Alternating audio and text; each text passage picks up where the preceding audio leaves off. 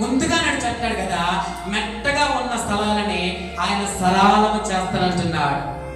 భార్యగా నువ్వు బాధపడచ్చు, నా భర్త హృదయం మారట్లేదు, నా భర్త బాప్తిస్మ అనుభవంలోకి రావట్లేదు, నా భర్త గుండెంతా కూడా గట్టిపడిపోయింది, ఎవరి మాటలు వింటున్నాడో, ఏ పరిస్థితులు తారుమారు చేస్తున్నాయో నా భర్త మారట్లేదని నువ్వు బాధపడవచ్చు.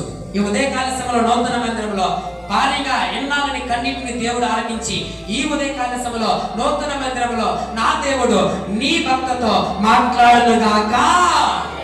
రాయి లాంటి నీ భర్త హృదయాన్ని మాంసపు హృదయముగా మార్చునుగాక.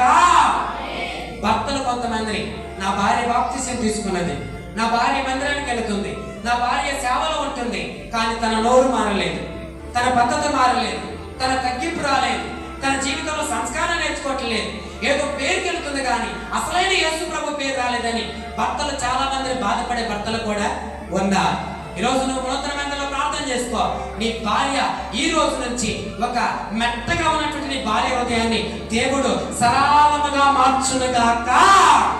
ఆయన అంటున్నాడు కదా, మనకు ముందుగా నడిచే దేవుడు అంటున్నాడు కదా, ఒకటి ఊహించిన కార్యాలు మన జీవితాల్లో చేస్తాడు, రెండవది ఆయన మన జీవితాల్లో మెట్టగా ఉన్న స్థలాలని సరళం చేస్తాడు.